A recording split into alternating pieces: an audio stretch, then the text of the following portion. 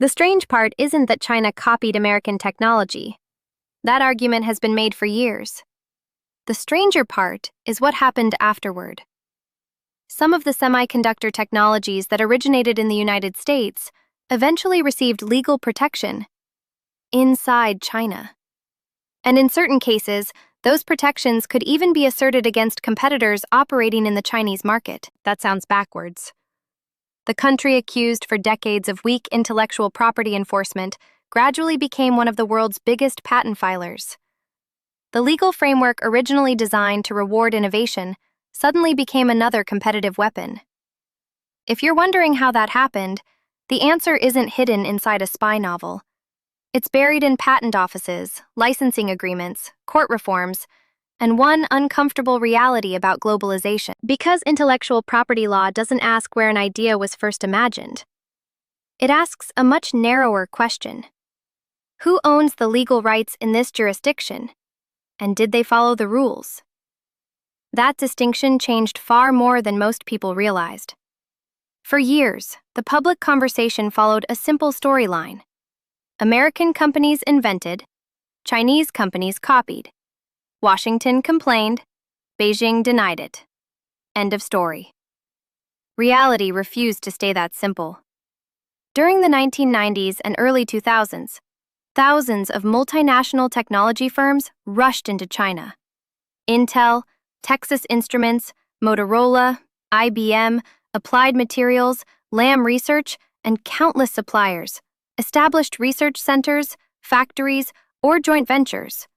The attraction was obvious: lower manufacturing costs, an expanding engineering workforce, and access to what would become the world's largest electronics market. Those investments weren't acts of charity. They were business decisions. Alongside factories came engineers. Alongside engineers came technical training. Alongside technical training came supply chains. And supply chains have a habit of spreading knowledge much faster than governments expect. Even when companies carefully protected their trade secrets, manufacturing itself teaches lessons. Engineers solve problems together. Suppliers improve production methods. Employees change jobs. Universities collaborate with industry. Over time, know-how accumulates. It's a little like trying to teach someone how to bake a cake without ever letting them into the kitchen. Eventually, they start noticing the ingredients. Washington increasingly argued that this process wasn't happening naturally. American officials pointed towards cyber espionage, forced technology transfer requirements, and pressure placed on foreign companies seeking market access. Reports from the Office of the United States Trade Representative and investigations surrounding Section 301 repeatedly concluded that China's policies encouraged the acquisition of foreign technology through methods inconsistent with normal market competition. China rejected many of those accusations. Beijing's position was different. Chinese officials argued that foreign companies entered the market voluntarily, signed contracts willingly, and benefited enormously from selling products to hundreds of millions of customers. If firms chose to establish research partnerships or manufacturing operations inside China, that was capitalism at work, not coercion. Both sides presented evidence, and that's where the debate usually stops. But here's the question that rarely gets enough attention. Suppose technology does spread, whether legally through licensing, indirectly through industrial learning, or illegally through theft. What happens next? Most people assume the original inventor automatically controls the future forever. That's not how intellectual property law works. Patents expire, improvements qualify for new patents, manufacturing techniques evolve independently. Process innovations can become legally distinct from the original invention. A company doesn't have to invent the first airplane to patent a better wing. The same logic applies to semiconductors. Chinese firms didn't merely reproduce yesterday's designs forever. Companies like SMIC, Huawei, YMTC, CXMT, and hundreds of specialized suppliers began filing enormous numbers of domestic patent applications covering manufacturing techniques, packaging technologies, chip architectures, and production equipment improvements. Some patents represented genuine engineering advances. Some covered incremental improvements. Some likely never mattered commercially. But together they formed something larger, a legal fortress. And that's the twist hiding behind today's semiconductor rivalry. The real competition isn't only about who invented the original technology. It's about who controls the next generation of legal rights built on top of it. Because once patents start stacking on patents, ownership becomes much harder to untangle than political speeches suggest. We'll need to go back several decades to understand how a country once criticized for ignoring intellectual property gradually learned to use the global IP system almost exactly as it was written, and why that realization caught many people in Washington off guard. The turning point wasn't a secret laboratory or a single intelligence operation. It was something much less dramatic and, arguably, much more effective. China decided that if intellectual property was going to define the global technology race, then it needed to master the rules of that system, rather than simply argue against it. That shift became increasingly visible after China joined the World Trade Organization in 2001. Membership came with obligations. Beijing strengthened patent laws, established specialized intellectual property courts in cities like Beijing, Shanghai, and Guangzhou, and encouraged domestic companies to file patents at an astonishing pace. Critics in the West often dismissed many of these filings as quantity over quality, and there was some truth to that. Government incentives sometimes rewarded patent numbers more than commercial value. But dismissing the entire strategy because some patents were weak missed the bigger picture. Imagine a city where thousands of buildings are going up. Not every building becomes a landmark. Some are ordinary offices. Others sit half empty. Yet together they transform the skyline. China's patent strategy worked in much the same way. By the late 2000s, Chinese companies were filing more patent applications than any other country. The World Intellectual Property Organization repeatedly reported that China had become the world's largest source of international patent filings under the Patent Cooperation Treaty. That wasn't proof every invention was revolutionary. It was proof that Chinese firms had learned to play the legal game at industrial scale. One company illustrates this better than almost anyone else. Huawei. Today, many people know Huawei because of sanctions and smartphones. But inside the technology industry, Huawei is equally known for something less visible: its enormous patent portfolio. The company spends tens of billions of dollars annually on research and development.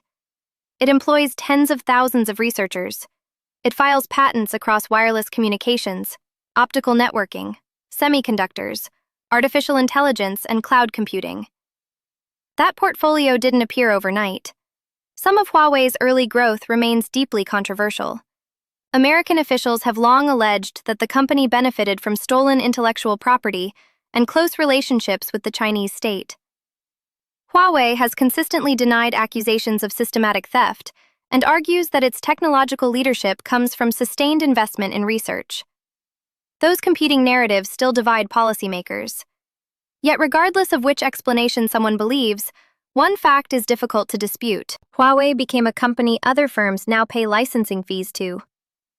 That represents a remarkable reversal. A business once accused of borrowing technology now earns billions through intellectual property licensing of its own. The legal system that once seemed dominated by Western innovators gradually became a source of leverage for Chinese companies as well. Semiconductors followed a similar path, although with more obstacles. Unlike smartphones, advanced chip manufacturing depends on thousands of specialized technologies owned by companies scattered across the United States, Japan, the Netherlands, Taiwan, South Korea, and Europe. No single nation controls the entire process. Every advanced processor is the product of an international supply chain that resembles a carefully balanced ecosystem. China couldn't replace that overnight. Instead, domestic firms focused on individual pieces of the puzzle. One company improved packaging techniques. Another developed deposition equipment. Another worked on memory architectures.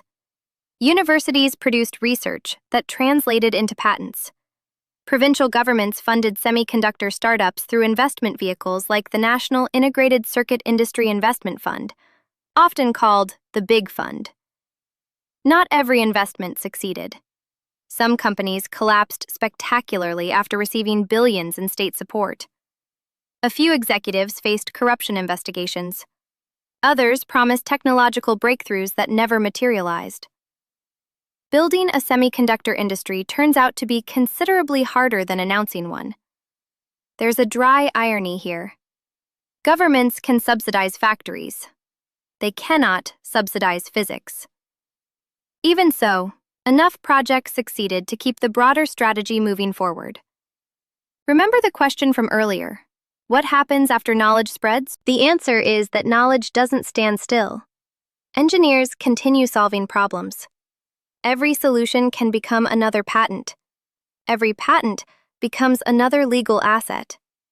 And once those assets accumulate, they begin influencing negotiations, licensing agreements, lawsuits, and even diplomatic leverage. The competition slowly shifted from who invented the first chip to who owns the improvements everyone else now needs. That's where the story becomes considerably more complicated than the headlines usually suggest.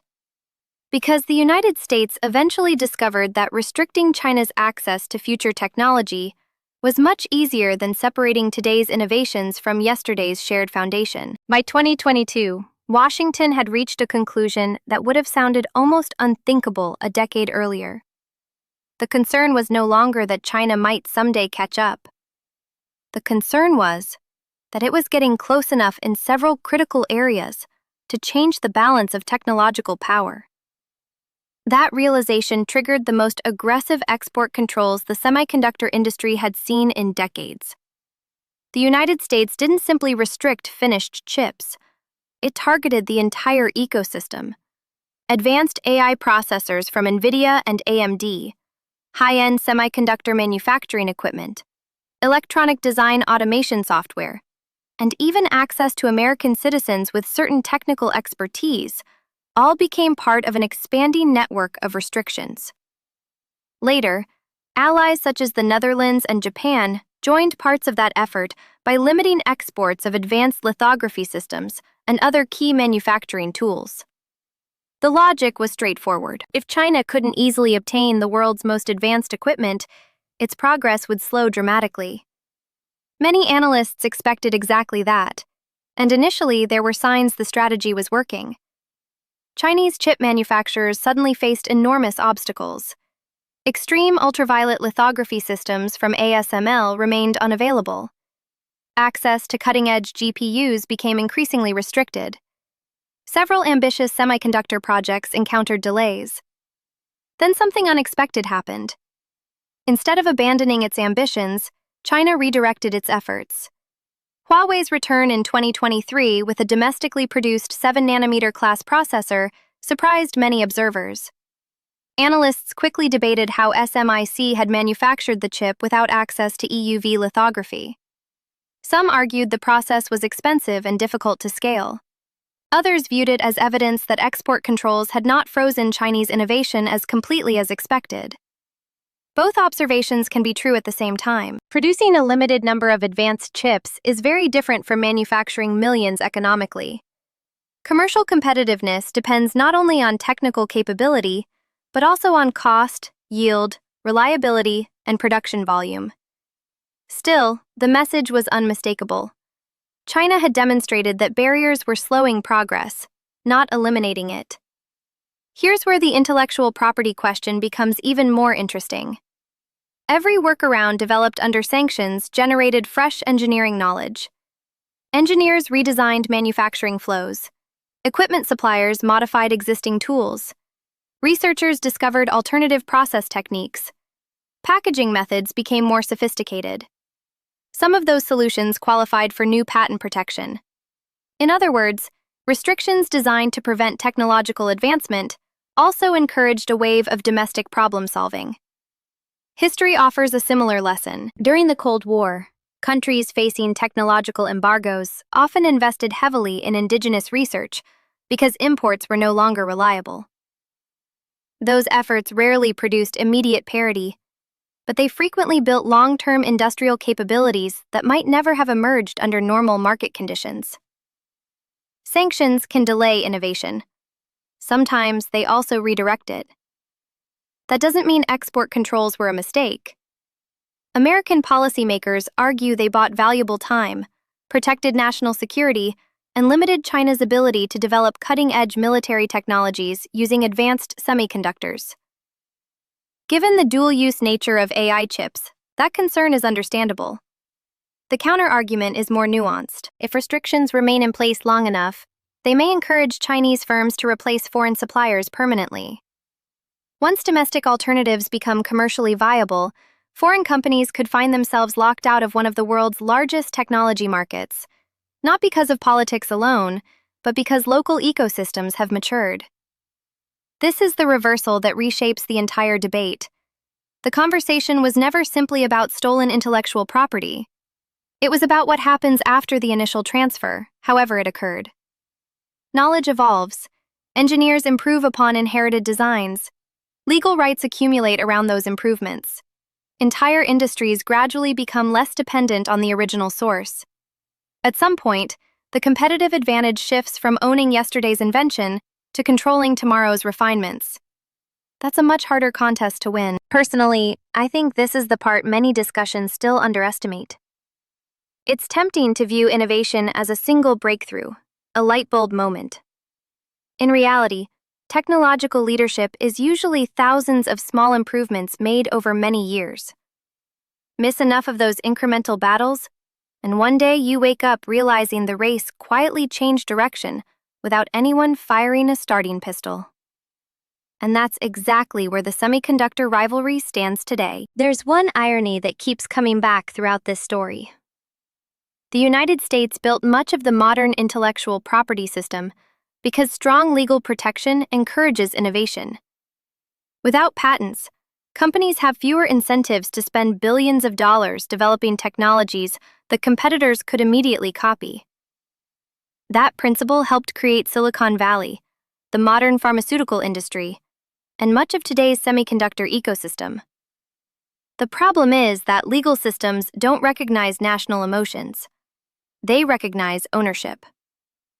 Once a company legitimately develops a new manufacturing process, a new chip packaging technique, or a new circuit design, and successfully patents it, the law generally protects that invention regardless of the inventor's nationality.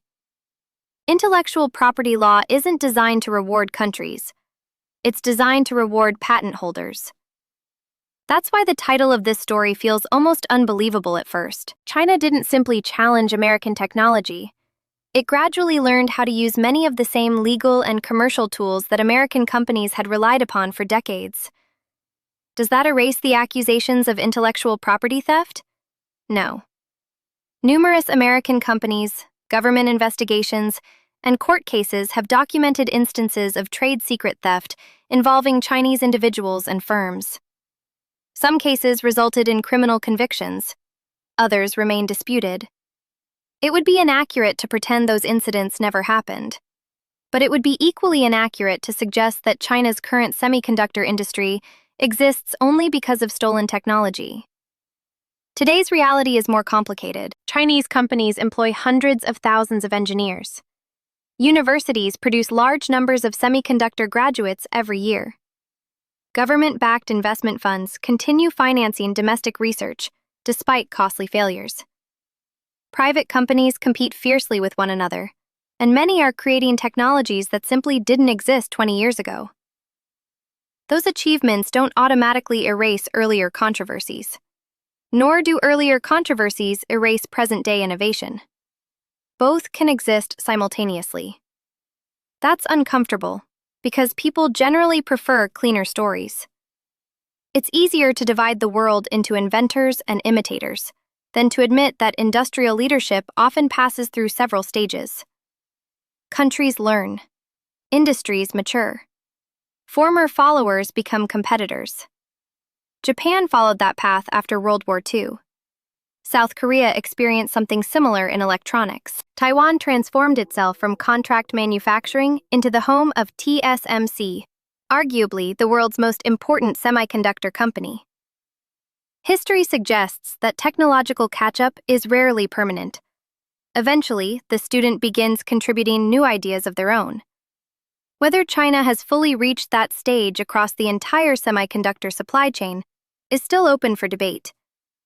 In advanced lithography equipment, electronic design software, and several specialized manufacturing tools, Western companies continue to hold substantial advantages. Yet the gap is no longer as straightforward as it once was. My prediction is that the next decade won't be defined by one country completely dominating the chip industry. Instead, we'll see two increasingly separate semiconductor ecosystems emerge. One will remain centered around the United States and its allies. The other will become increasingly self-sufficient around China. Both sides will continue trading where possible, competing where necessary, and restricting technologies they consider strategically sensitive. That may sound inefficient. It probably is. But governments tend to prioritize national security over maximum economic efficiency when foundational technologies are involved. The biggest lesson from this entire story isn't that intellectual property laws failed. It's that they worked exactly as they were written. Once knowledge entered the system, whether through legal licensing, employee mobility, industrial collaboration, independent engineering, or, in disputed cases, unlawful acquisition, the next generation of improvements became eligible for legal protection in their own right. That's how intellectual property law has always functioned. The result is a semiconductor race that's no longer about who had the first breakthrough decades ago. It's about who can keep improving, year after year, while navigating legal systems, export controls, talent shortages, and geopolitical pressure at the same time. And if history teaches us anything, it's that technological leadership is never permanent. Every generation believes it has reached the summit. Then someone else starts climbing. If you enjoyed this deep dive and want more evidence-based breakdowns on technology, geopolitics, and the global semiconductor race, consider subscribing. There are plenty more stories where the headlines only tell half of what's really happening.